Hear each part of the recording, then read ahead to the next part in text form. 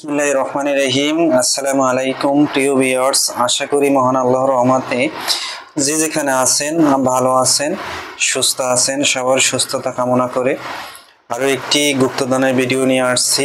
গুপ্তধন জায়গা নির্ধারণ করা অথবা গুপ্তধন শনাক্ত করা। তাই সবার কাছে অনুরোধ থাকবে, ছোট বড় সম্পূর্ণ ভিডিওটা দেখার জন্য অনুরোধ করছি। অবশ্যই স্কিপ করে করে দেখবেন না, আর সম্পূর্ণ ভিডিওটা দেখবেন। আর অবশ্যই চ্যানেলটি সাবস্ক্রাইব করবেন, লাইক কমেন্ট করবেন। যার ভালো লাগে সে দেখবেন, যার ভালো লাগবে না সে স্কিপ করে বেরিয়ে যাবেন। সম্পূর্ণ ভিডিওটা দেখবেন, একটু বড় হতে পারে ভিডিওটা, সম্পূর্ণ ভিডিওর সঙ্গেই থাকবেন ইনশাআল্লাহ। তাই সবাইকে অনুরোধ করছি সম্পূর্ণ ভিডিওটা দেখার জন্য। আজকের ভিডিওটা হলো গুপ্তধনের জায়গা শনাক্ত করা। জায়গাটা আপনি এখানে গুপ্তধন আছে, আসলে সেই জায়গাটা আপনি শনাক্ত করছেন, মনে করতেছেন এখানে আছে, অথবা এই জায়গা থেকে এই জায়গার ভিতরে আছে, কিন্তু সেই জায়গাটা আপনি শনাক্ত করতে পারতেছেন না। সেই জায়গাটা শনাক্ত করার জন্যই আজকে এই মন্ত্রটা, জগৎ মাতা কালী, স্বয়ং মাতা কালীর প্রাণ মন্ত্র। এটা স্বয়ং আমার নিজ পরীক্ষিত মন্ত্র। আজকে দিতেছি, এক ভাই কমেন্ট করছে, সেই কারণে দিচ্ছি। আর আজকে এই ভিডিওটা যারা দেখবেন অবশ্যই সম্পূর্ণ ভিডিও দেখে সম্পূর্ণ নিয়মটা আপনি দেখে নেবেন, এটা আপনার কাছে অনুরোধ। আর না হলে ভিডিও দেখার দরকার নেই।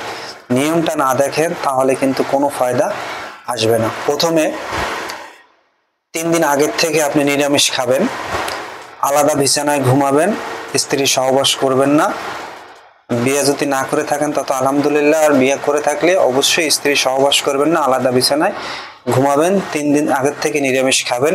জায়গাটা শনাক্ত করতে হলে সর্বপ্রথম কি জানেন, আসলে যে কোনো কাজ করতে যান, ইংরেজি লাইনে আমি আজকে প্রায় 22-23 বছরের মতো নিরামিষ যদি না খান, নিরামিষ খাওয়া, আলাদা বিছানায় ঘুমানো, স্ত্রী সহবাস ছাড়া, শুদ্ধ মুখে থাকা, এগুলো না করলে কবিরাজের কোনো ফায়দা বা কোনো কাজই আপনি করতে পারবেন না। আর সর্বপ্রথম হলো গুরুকে শ্রদ্ধা করা, ভক্তি করা, গুরু মন্ত্র জপ করা, মা ভাই বোনের সবার সাথে ভালো সম্পর্ক রাখা, এগুলো হলো সর্বপ্রথম একটা কাজের প্রেরণা, মনে করেন কাজের শক্তি।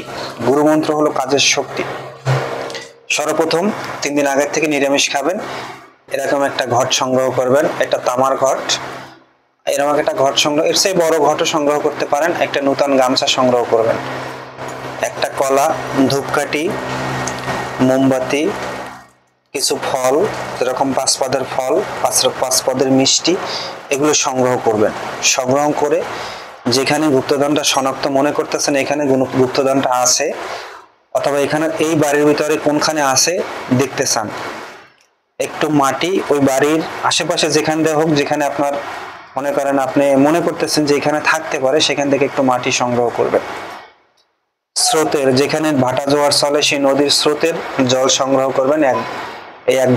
এক ঘট জল সংগ্রহ করবেন। একটি নূতন গামছা সংগ্রহ করবেন, ধূপকাঠি, মোমবাতি, 5 পদের ফল, 5 পদের মিষ্টি, 5টা পান, 5টা সুপারি, এগুলো একদম কাতারে সাজাবেন। ঘরটা এরকম বসাবেন, ঘরটার নিচে মাটি দিবেন। যেখানে গুপ্তধনটা, যে বাড়ির গুপ্তধনটা চেক করবেন সেই গুপ্তধনের মাটি এই ঘরটার নিচে দিবেন। ঘরটার নিচে দিবেন, অবশ্য ঘরটার নিচে দেওয়ার পরে ঘরটার নিচে দিবেন, দিয়ে ঘরটা পানি ভর্তি থাকবে, গামছা দিয়ে ঘরটা ঢেকে দিবেন। গামছা দিয়ে ঢেকে দিয়ে গামছার উপরে একটা কলা দিবেন। কলা দিয়ে 3 ফোঁটা রক্ত দিবেন ঘটের ভিতরে। পানিটায় 3 ফোঁটা রক্ত দিবেন। কলাটায় 3টে সিঁদুরের ফোঁটা দিবেন, যে কলাটা উপরে রাখবেন। আর পানিটাতে 3 ফোঁটা যে গুপ্তধনটা দেখতে চান, মানে যে দেখবেন আর কি, সে 3 ফোঁটা রক্ত ওই পানিটাতে দিবেন, জলটাতে। গামছাটা ঢেকে দিলেন, কলাটা উপরে রাখলেন, 5 পদের মিষ্টি সাজাই দিলেন, সম্পূর্ণ জিনিস আপনার সামনে সাজাই দিলেন। ঘরটা আপনার সামনে রেখে আসন পেতে পূর্ব দিকে মুখ করে বসে একমালা গুরু মন্ত্র জপ করলেন। গুরু মন্ত্র জপ শেষে এই মন্ত্রটা 7 বার করে 7টি ফু দিলেন এই জলটাতে, দিয়ে 10 মিনিট ঢেকে রাখবেন। ওই গামছাটা দিয়া ঢেকে রেখে তারপরে জলের দিকে তাকাবেন। সম্পূর্ণ জিনিসটা আপনি দেখতে পারবেন স্পষ্ট। আপনি যে কোনো রাশির লোক হলেও কোনো সমস্যা নাই, দেখতে পারবেন। একটি পিতল বা কাঁসার ঘট নেবেন, হাতে একটি গামছা, পাকা কলা, ধূপকাঠি, মোমবাতি, যেখানে গুপ্তধন শনাক্ত করছেন ওইখানের মাটি, জায়গার মাটি, গুপ্তধন যে দেখবে তার অনামিকা আঙ্গুলের 3 ফোঁটা রক্ত দিবেন। স্রোতের জল নেবেন, স্রোতের জল, যেখানে ভাটা জোয়ার চলে স্রোত সেখানে জল নিতে 5 পাতের মিষ্টি, 5 পাতের ফল সাজাই নেবেন। তারপরে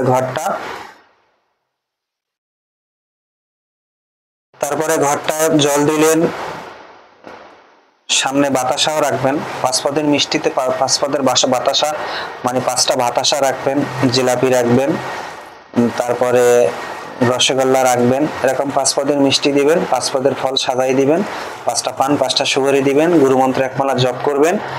জপ শেষে আপনার অনামিকা এই আঙ্গুলটা যে দেখবে তার 3 ফোঁটা রক্ত এই জলের ভিতরে দিবেন। তারপরে 7 বার মন্ত্র পড়ে 7টি ফু দিয়ে গামছাটা দিয়ে ঢেকে দিয়ে উপরে কলাটা দিবেন। কলাটা দিয়ে মায়ের এই মন্ত্রটা জপ করতে থাকবেন। 7 বার পরে তো পানিতে ফু দিলেন, 10 মিনিট পর দেখবেন। আর 7টা ফু দিয়ে 10 মিনিট পরে দেখবেন, কিন্তু তারপর মন্ত্রটা কিছু সময় জপ করতে থাকবেন।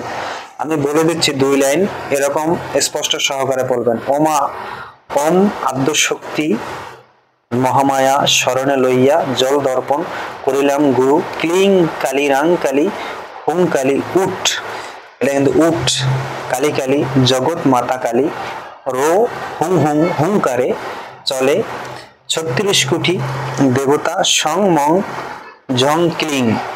আমি 3 লাইন 4 লাইন বলে দিলাম। এভাবে পড়ে স্বয়ং সিদ্ধি মন্ত্র আপনি দেখে দেখে পড়লেই হবে। এটা মনে করেন আপনার মুখস্থ করে যদি করেন সেটা আপনার ব্যক্তিগত